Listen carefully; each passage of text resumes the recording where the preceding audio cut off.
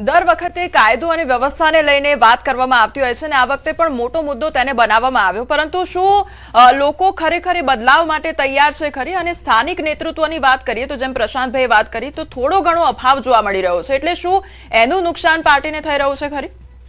જો પશ્ચિમ બંગાળ સહિત 5 રાજ્યોની જે ચૂંટણી છે એમાં ખાસ કરી અને પશ્ચિમ બંગાળની વાત કરીએ તો હમણાં પ્રશાંતભાઈ વાત કરી એ રીતે 293 સીટનું મતદાન છે, 94 હતા પણ એક ફરીથી થવાની છે, એટલે એમાંથી 160 જેટલી સીટો અત્યારે એક્ઝિટ પોલમાં દેખાડી રહી છે. પણ એક્ઝિટ પોલ બને એ દિશામાં જ લોકોએ પણ મતદાન કર્યું છે.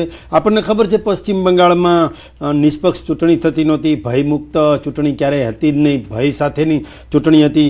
એવું વાતાવરણ પણ સર્જ્યું નહોતું કે લોકો મતદાન શાંતિથી કરી શકે. મહિલાઓને મતદાન કરવું હોય તો પણ તકલીફ પડે.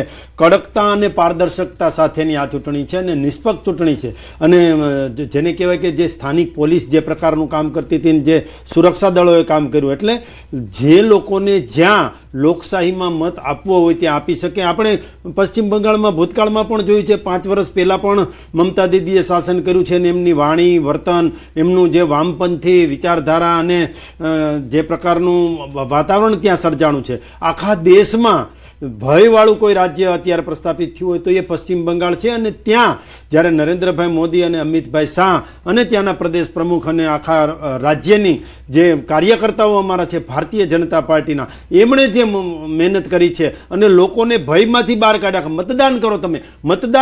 મતદાન નહોતું થતું પ્રશાંતભાઈ, હવે મતદાન થયું છે તો બમ્પર મતદાન થયું છે, ઐતિહાસિક, આખા દેશમાં ન થયું હોય એટલું મતદાન થયું છે. એ જ દર્શાવે છે કે ભારતીય જનતા પાર્ટીનું શાસન ત્યાં આવી રહ્યું છે. પશ્ચિમ બંગાળમાં પણ ક્યાંક ને ક્યાંક પશ્ચિમ બંગાળમાં પણ હવા જે છે એ બદલાઈ રહી છે અને ભારતીય જનતા પાર્ટીનું શાસન આવી રહ્યું છે. મારે એ પણ કહેવું છે કે પશ્ચિમ બંગાળમાં અત્યાર સુધીનું જે વાતાવરણ જોઈએ તો ક્યાંક ને ક્યાંક મમતા દીદી છે, એમના જ ધારાસભ્યો, જેને કહેવાય કે દબંગ, ગુંડાગીરી, અસામાજિક તત્વ જેવું વર્તન, લોકોને હેરાનગતિ કરવી, અને નરેન્દ્રભાઈ અને અમિતભાઈએ જે આ પ્રકારનું અમારા કાર્યકર્તાઓ સાથે રહી અને કામ કર્યું છે, લોકોને કહ્યું છે કે મતદાન કરો. મૂળ તો લોકશાહીની કોઈ લેબોરેટરી હોય તો એ મતપેટી છે. મતપેટી સુધી લોકો ગયા છે અને બમ્પર વોટિંગ થયું છે, એટલે કેસરીયો માહોલ સર્જાવાની દિશામાં ચાલી રહ્યું છે. એટલે શૈલેષભાઈ, હવાની વાત કરીએ એટલે હવા એ ભાજપ તરફી રહેશે કે કેમ તે જોવાનું રહેશે, કે પછી ટીએમસી નું વાવાઝોડું આવે છે અને વંટોળમાં બીજેપી જે છે તે ફેંકાઈ જાય છે કે કેમ તે જોવાનું રહેશે. પિનિલભાઈ, આપની પાસે આવવા માંગીશ કે આ વખતની ચૂંટણીમાં ભ્રષ્ટાચાર અને સ્કેમને લઈને ઘણા બધા આક્ષેપો થયા, પરંતુ એ વચ્ચે આપની પાર્ટી જે કોંગ્રેસ પાર્ટી જે છે તે વિશ્વસનીયતા લોકો વચ્ચે કેવી રીતે સ્થાપશે?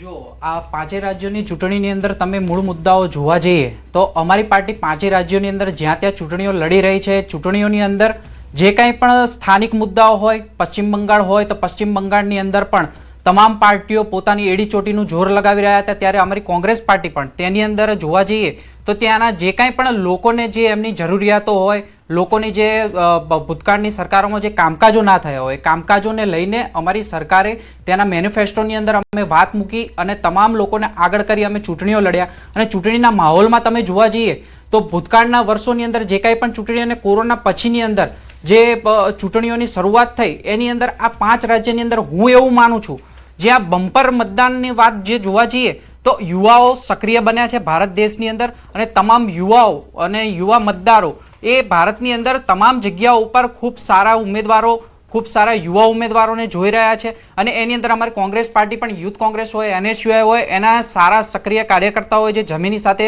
જોડાયેલા હોય તેવા ઘણા બધા ઉમેદવારોને લઈને અમે આ ચૂંટણીઓની અંદર ઉતર્યા છે. અમને વિશ્વાસ છે કે આ તમામ ચૂંટણીઓની અંદર અમે અમારી જે યુવાઓને આગળ રાખીને, યુવાઓને સરકારમાં અમે સ્થાન આપીને અમે જે કાંઈ પણ સરકારની અંદર યુવાઓની વાતને લઈને આગળ વધવા માંગે છે તેની અંદર અમને ખૂબ સફળતાઓ મળશે. અને ધીમે ધીમે જેમ જેમ રિઝલ્ટ આવવાના શરૂ થશે તેમ તેમ હવે આગળ જોઈશું સારું પરિણામ મળી રહ્યું છે.